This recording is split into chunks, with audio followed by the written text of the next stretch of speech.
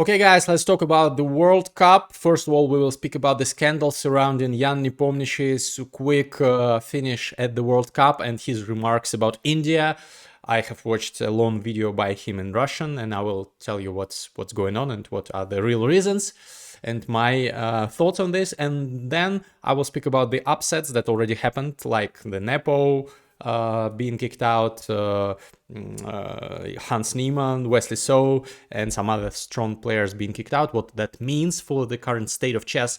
And I will give you my predictions for who will qualify to the candidates from this World Cup, because there are 3 spots up for grabs. That's probably the most important event of the year, this World Cup, because we will find out the names of 3 people who will qualify. Why do you have to listen to me?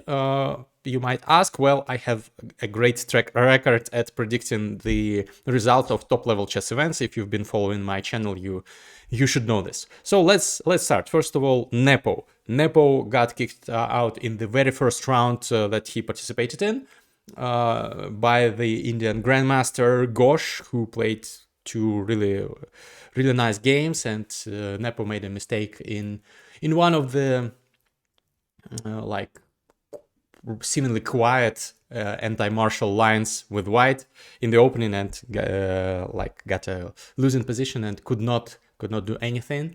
Kudos to his opponent. And then NEPO wrote a post on his Telegram channel in Russian saying that India is one of those places that you don't mind leaving.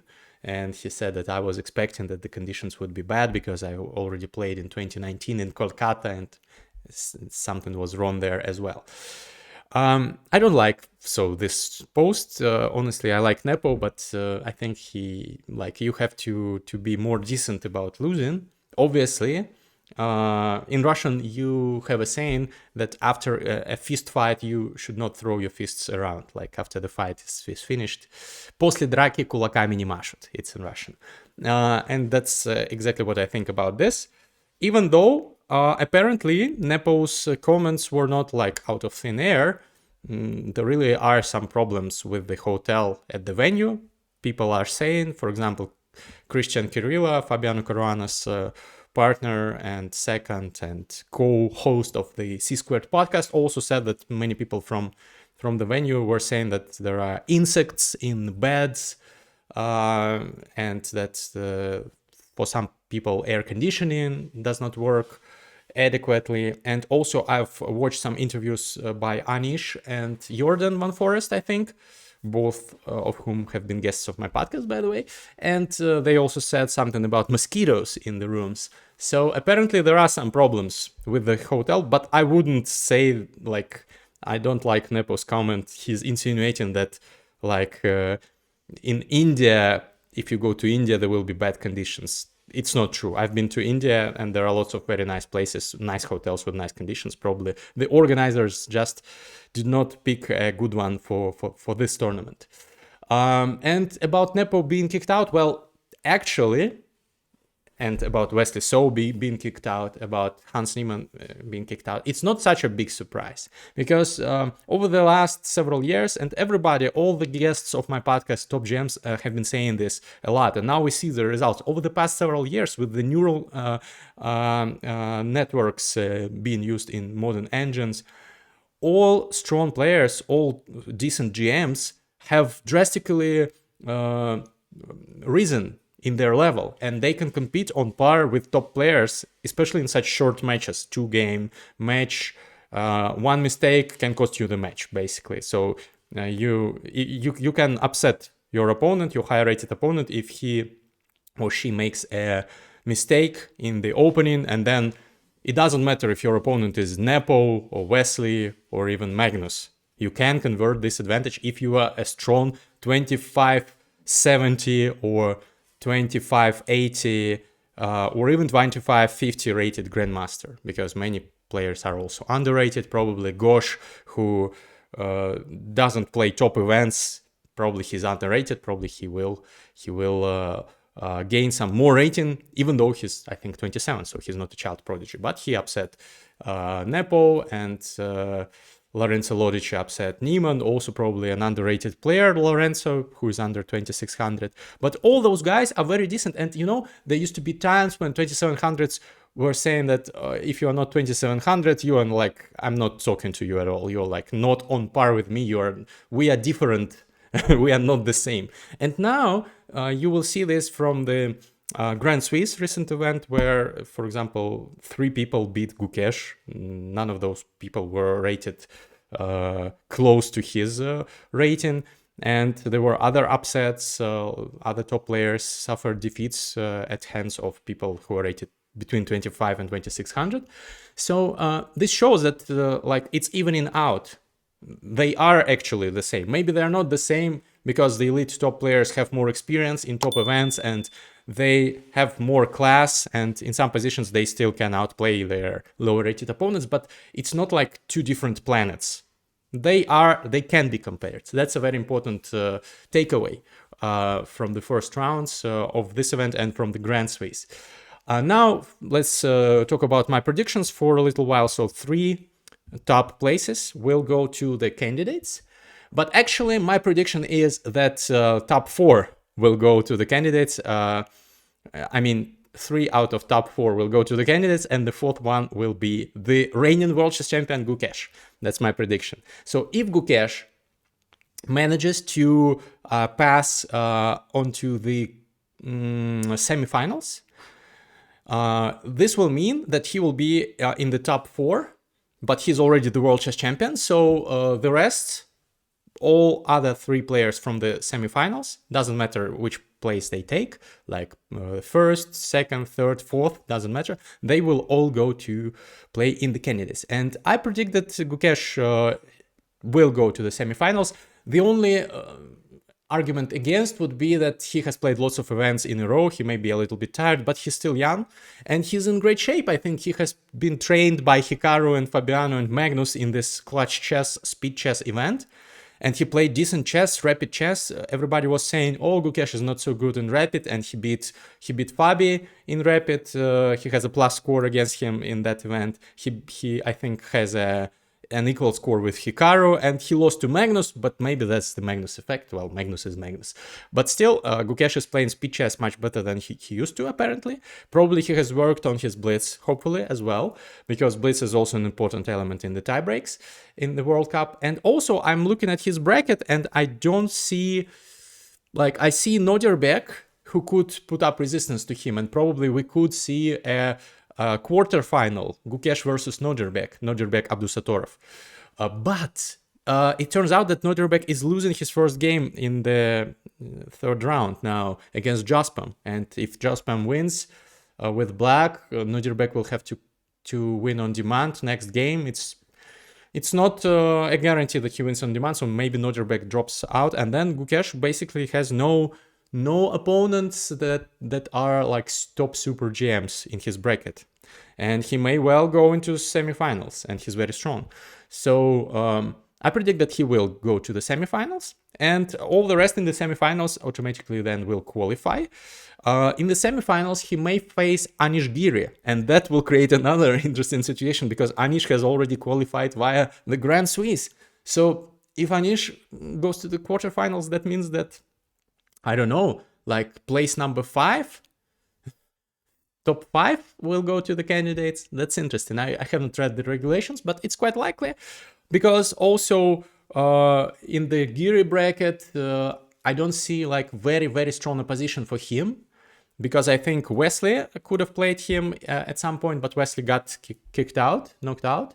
So liem is, I think, an alternative. So there will be, the semifinal will be Gukesh versus Giri or Gukesh versus liem. Liem is a very strong grandmaster. He has been in the top for a long time. He doesn't get lots of invites, but he's 27, 30 something like ish. And he is the world blitz champion. He has been some years ago. He's very good in speed chess. So it's very important for this format because if you draw the 2 first games, then you play a tiebreaks, rapid and blitz. So liem actually is a good alternative to Giri. It's possible that there will be either Gukesh Giri or Gukesh liem in the semifinals. And And if Lequan Liems goes to the semifinals, then he qualifies for the candidate. So good chances for him, actually, I think. Then another part of the bracket will also have a semifinal. I predict that it will be Arjun versus Keymer, and that they will both qualify because they will also be in semifinals. So they will take like places. The third, the fourth place, the second, the first, doesn't matter.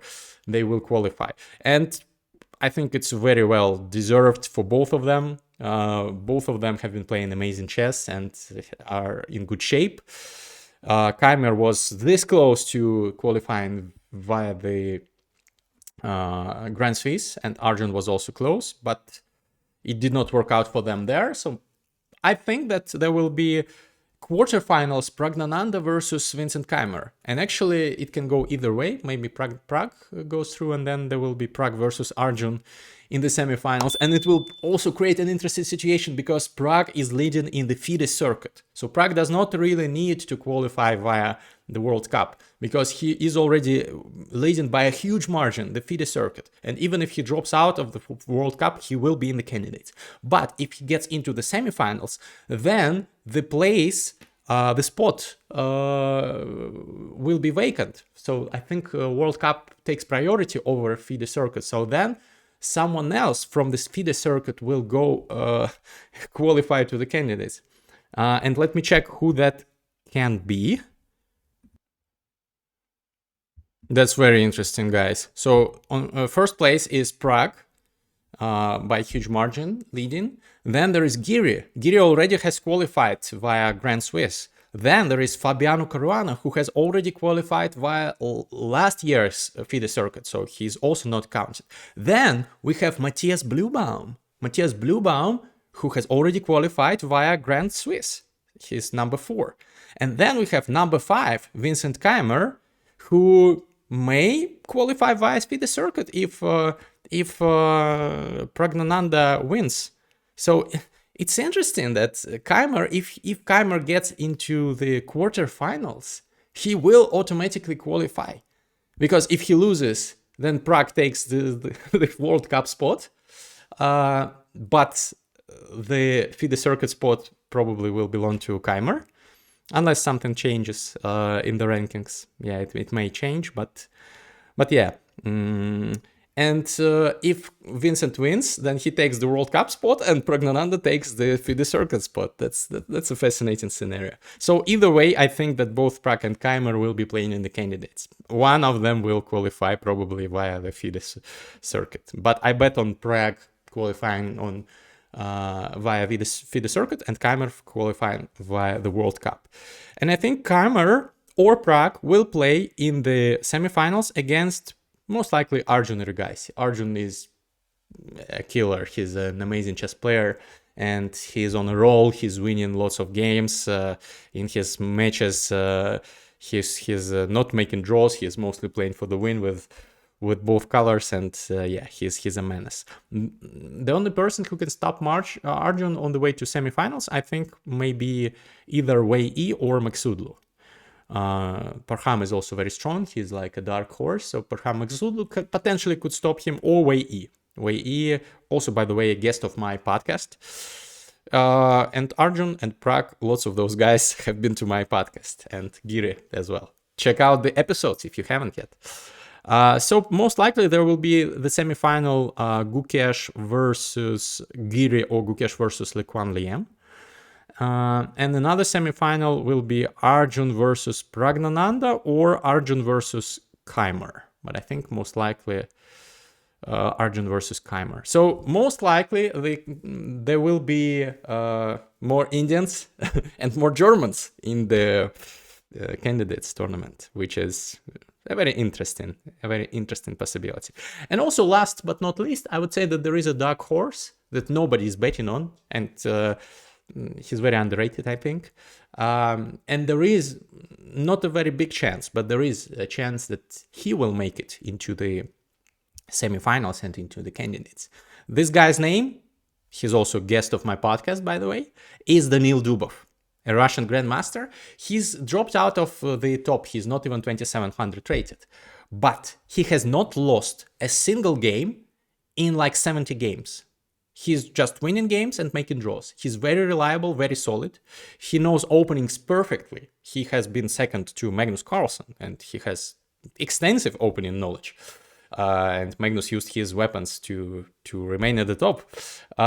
So Dubov is very strong, and it's very hard to defeat him. As you may see, 70 games without losses. In the Grand Swiss, he did not lose a single game. He's not winning a lot, but he's not losing at all. And if he makes all the draws in Classical, he goes to tie breaks. He's the former World Rapid Champion. And he's also World Blitz Vice Champion. I think on 2 occasions he took the 2nd place in the World Blitz. So he's very strong in faster time controls. And I think his strategy will be to make draws in Classical. And it will be hard to crack him in Classical if he doesn't want to go for insanity. And then go to tie breaks. And there is a chance that he will win several matches on tie breaks. He already did win 1 match in tie breaks. And then he is a candidate, but of course a dark horse, because he will have to go through Praggnanandhaa most likely, and maybe Report and Keymer. So all of those guys are strong in speed chess as well. So he has some chances, but they are not high. So that were my predictions. Write your predictions in the comments. As usual, let's compare them later on and see who was right. And thank you for watching.